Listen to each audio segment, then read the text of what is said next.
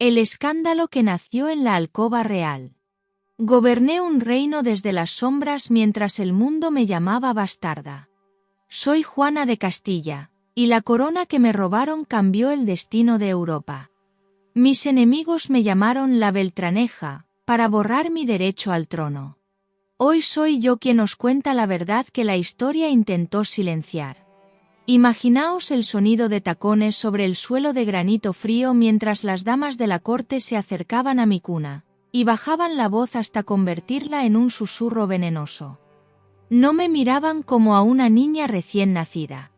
Me miraban como a un problema que preferían borrar. Nací en 1462 en la corte de Segovia.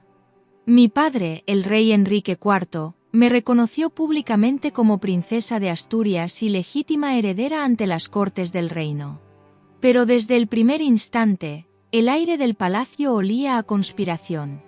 Las damas escudriñaban mis rasgos buscando cualquier señal que delatara un pecado que necesitaban que fuera real para justificar sus ambiciones.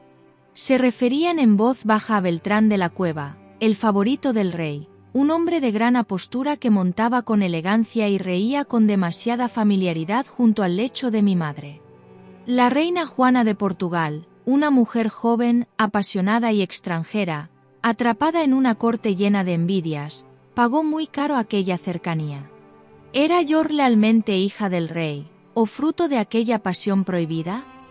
Ese rumor, cuidadosamente alimentado por nobles que buscaban debilitar la corona, se convirtió en la mancha que me perseguiría toda la vida. Una marca diseñada para pesar más que cualquier corona de oro. Pero lo peor aún estaba por llegar.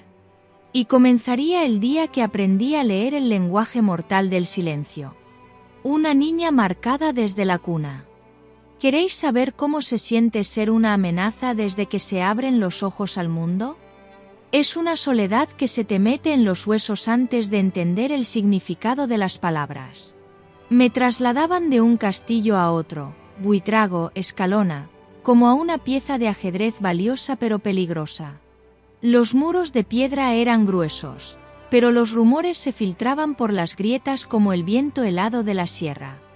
Cada noche el sonido de botas pesadas en el corredor me encogía el corazón. Nunca sabía si aquellos pasos traían protección o el fin de mi libertad. Recuerdo cuando Juan de Flandes pintó mi retrato. Fijaos bien en mis ojos en ese lienzo. Mientras él mezclaba los pigmentos, yo sentía que no estaba retratando a una infanta de Castilla, sino a una niña que ya cargaba con el peso de una corte que la veía como un estorbo.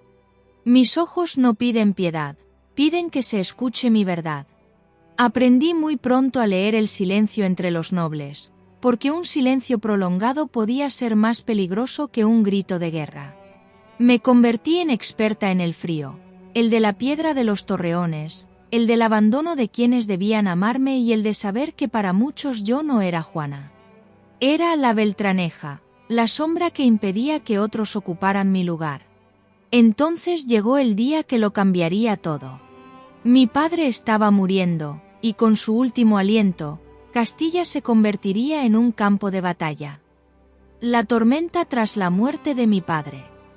El cuerpo de mi padre aún no se había enfriado cuando el aire de Segovia ya olía a traición. En diciembre de 1474, Enrique IV murió, dejando un reino dividido. Y mi tía Isabel no esperó lutos, ni leyes, ni diplomacias. Se proclamó reina de Castilla en un acto que rozaba la usurpación, apoyada por nobles ambiciosos como el marqués de Villena y el arzobispo Carrillo. Hombres que ayer besaban mi mano y hoy escupían mi nombre en las plazas. Para robar una corona, primero hay que destruir el honor de quien la reclama. Desataron una campaña implacable. Llenaron plazas y palacios con rumores sobre la alcoba de mi madre. Usaron mi apodo como un puñal para convencer al pueblo de que mi sangre era indigna. Existían testamentos, documentos sellados y juramentos que probaban mi legitimidad como hija única del rey, pero muchos de esos papeles fueron convenientemente silenciados.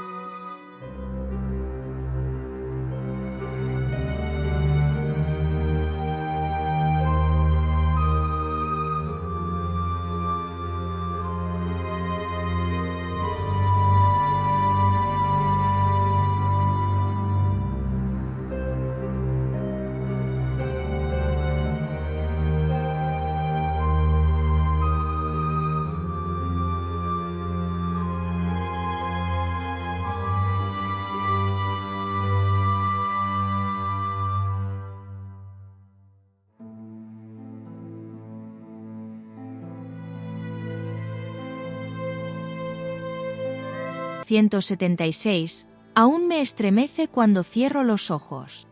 La historia oficial cuenta aquel día como victoria total de Isabel, pero yo sé que fue, ante todo, una victoria de su implacable propaganda. Bajo la lluvia que convertía el campo en lodazal de barro y sangre, vi como nobles que me habían jurado lealtad eterna por la mañana enviaban emisarios secretos a Isabel por la tarde, negociando perdón y nuevas tierras a cambio de abandonar mi causa.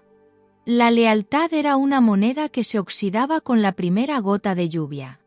Aprendí que mi nombre era una divisa, oro para los ambiciosos y un estorbo para quienes preferían la paz al precio de sacrificar la verdad. La derrota final no llegó por falta de valor, sino por exceso de traiciones de quienes prefirieron la seguridad del bando vencedor. Pero el golpe más brutal aún estaba por llegar.